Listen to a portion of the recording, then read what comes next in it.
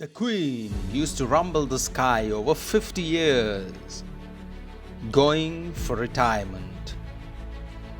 The Queen of the Skies, Jumbo Jet or the Great Whale are the common names amongst aircraft lovers, and you know what I'm talking about. It's none other than one of the greatest masterpieces on earth, the Boeing 747.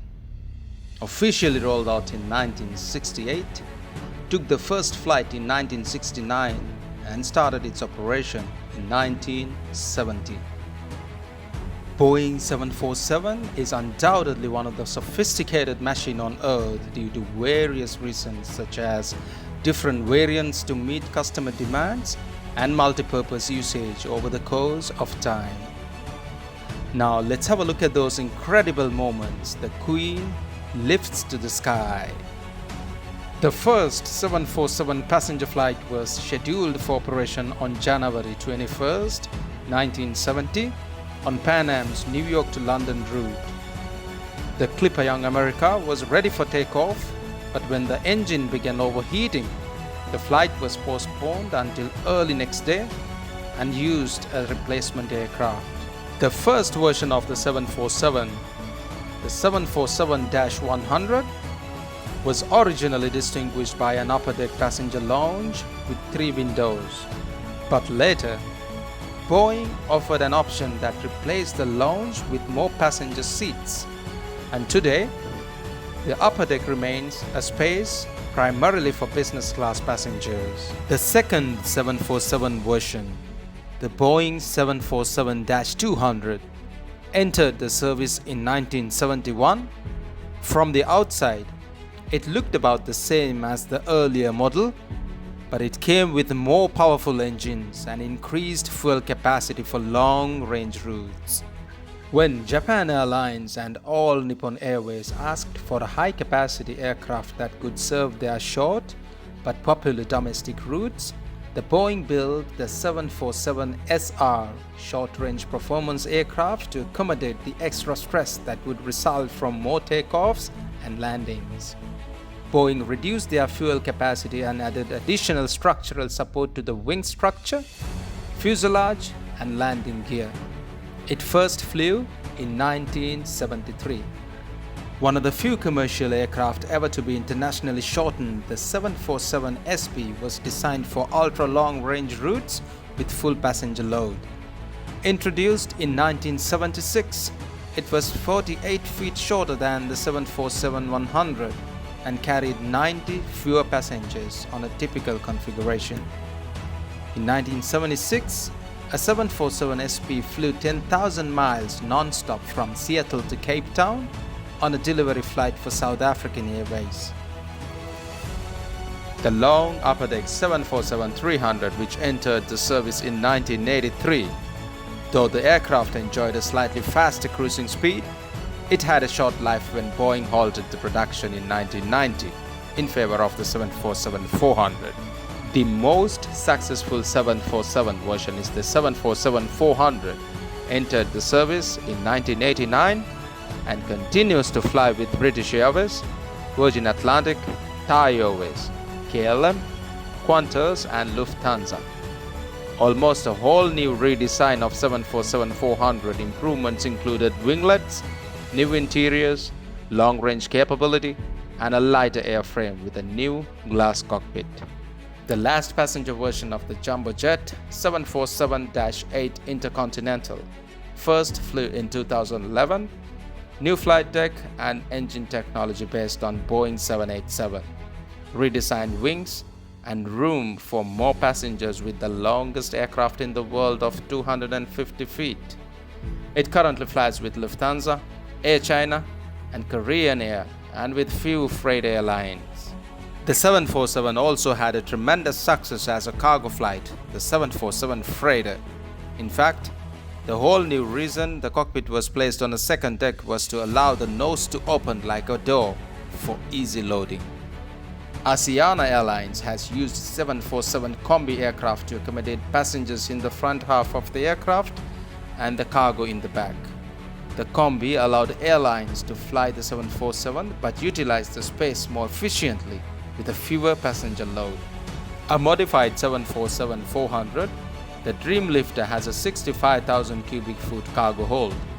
The Boeing uses 4 Dreamlifters, the first of which flew in 2007, to transport the wings and fuselage sections of 787 Dreamliner aircraft to the final assembly plant in Washington. Maybe the most famous 747 ever, which used to carry NASA space shuttle from the landing site at California Edwards Air Force Base to Kennedy Space Center in Florida. The last ferry flight was occurred in September 2012 when one of the carriers flew the space shuttle Endeavour to Los Angeles International Airport. And yes, the most exclusive 747 is in the sky has carried the President of the United States since 1987. Officially designed as VC-25, this 747-200 has everything the President needs to lead the country while in the air. A private room, communication center, a conference area, a large galley, medical facility, and seating for staff and press. The plane's wiring is heavily shielded against nuclear electromagnetic pulse, and it carries electronic countermeasures, and it can be refueled in the air. But no matter what a certain film tells you, there is no escape pod. As the current VC-25 are nearing the end of their lifespans, 2 unused 747-8s currently in storage in the California desert will be converted into the presidential aircraft by 2024. The Boeing E-4, operated by US Air Force as an advanced airborne command post, is designed to serve as a mobile command post for the President, the Secretary of Defense, and senior military leaders during a crisis or an emergency.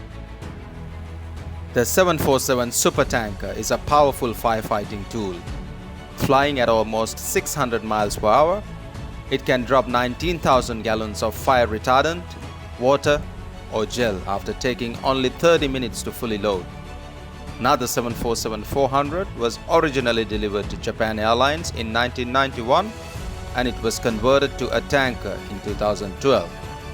It now carries the name The Spirit of John Muir. Virgin Atlantic introduced its 747 aircraft called Cosmic Girl, completed a test flight for the Virgin Orbit private space program with a 70-foot-long rocket attached under its wing.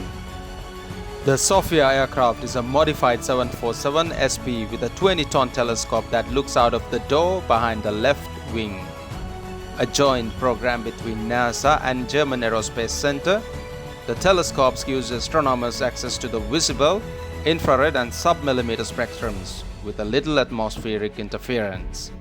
The Boeing YAL-1 747-400, developed by US Department of Defense, was designed to destroy the ballistic missile while they are still in boost phase. It first flew in 2002 and carried out a few tests before being scrapped in 2014.